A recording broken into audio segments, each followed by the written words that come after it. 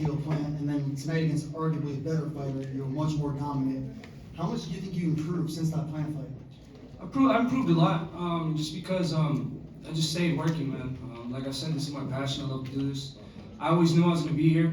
I was going to get to this moment, and my last fight, I really realized that I finally made it to that moment, my first pay-per-view fight, and you guys liked what you guys seen, so, I mean, I just want to keep, I can't let none of my people down. You know, they support me so much that, you know, failure is not an option. You know what I mean? And I feel like I'm in my prime now, and I'm just going to keep getting better and better.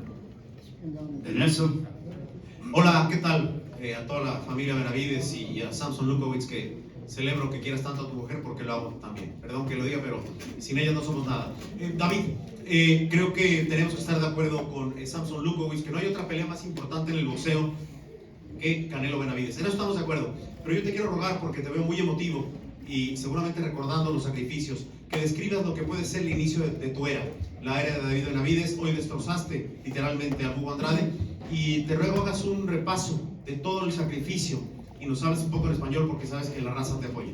No, pues sí, me siento muy bien, la verdad. Pues ha trabajado muy duro para llegar a este momento y yo quiero hacer pelea contra Canelo, pero si no me quiere pelear, pues yo le gano a todos los demás. Y aquí vamos a estar, no vamos de ningún lado. Aquí vamos a seguir ganando. Los sacrificios, por favor, So the question was for David regarding his path to get here and how he feels going forward, and especially as Canelo looks in the horizon. And David said that, you know, he's going to go up against anybody. Canelo can be one option, but if Canelo doesn't want to fight against me, then I'm going to beat everybody else. That's the bottom line. Por eso te decía acerca de por eso te decía la parte de la pregunta, que si consideras que hoy inicia la era de Benavidez, y creo que hay que decirlo con todo respeto, con Canelo, sin Canelo, tienes muchas opciones, y te ha costado llegar aquí. Pues sí, pues como le dije, ya vamos a seguirle peleando todos. Y no nomás es el Canelo aquí en esta división, hay muchos peleadores buenos aquí, pero también yo creo que me voy a subir a 175 muy pronto y quiero ir contra Vivo y pues ganar títulos ahí también. Gracias. Martín.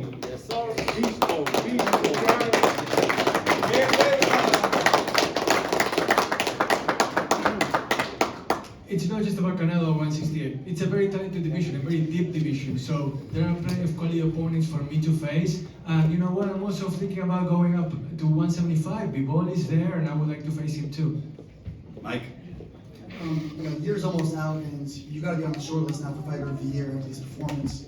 And the 88 Devin Haney still got to fight next month. But do you think you think right now you're in the lead? Or?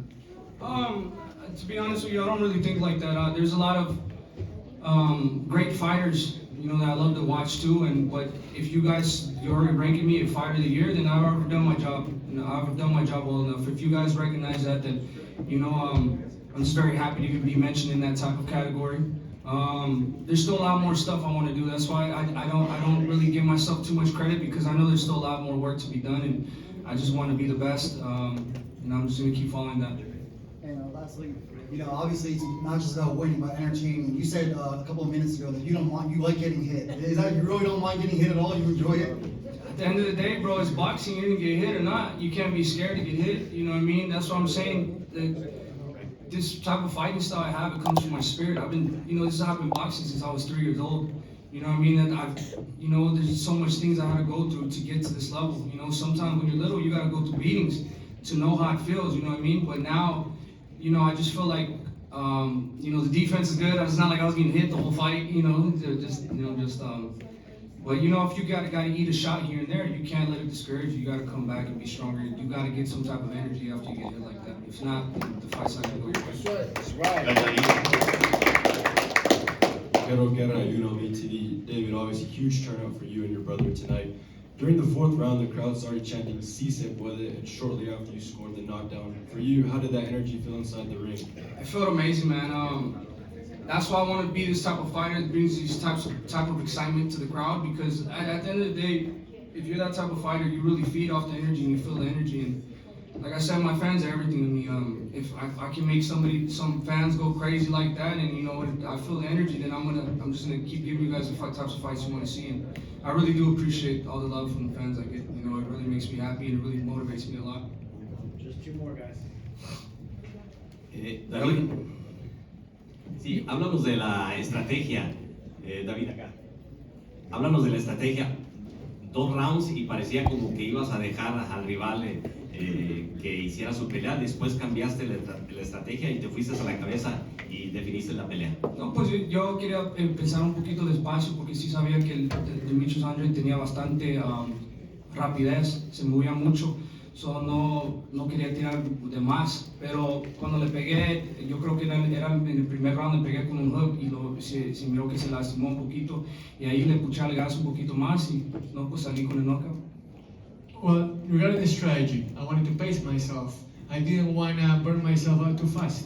But once I got him in the first round with a good punch, I saw that he was kind of shaken up, and that's when I started, revving it up a lot more.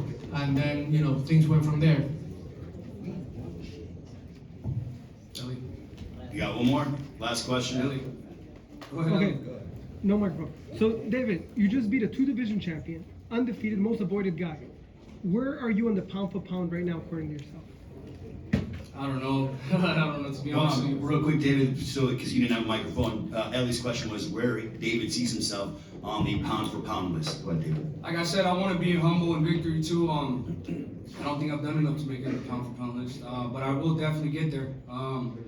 But I think what this victory shows, a lot of people say it's gonna be too much, do this, blah blah blah blah. You know what I mean? I know how to go in there, and I know how to get the victory. I know how to find the victory. You know what I mean? And I think that it lets people know I'm very dangerous. It's not just one style I fight in. There's multiple styles I fight in. And I can break fighters down. I can break boxers down. I can break power punchers down. It don't matter to me. And I think with this victory, I'm really getting very comfortable in there. I'm getting very comfortable with the crowd, very comfortable with everything, and I'm just going in there having a good time because at the end of the day, this is what we love to do. So when you got a fighter like me going in there enjoying every minute and every second of that ring, you're just gonna get a dangerous, dangerous fighter. And this is what I love to do, and I'm gonna continue doing this.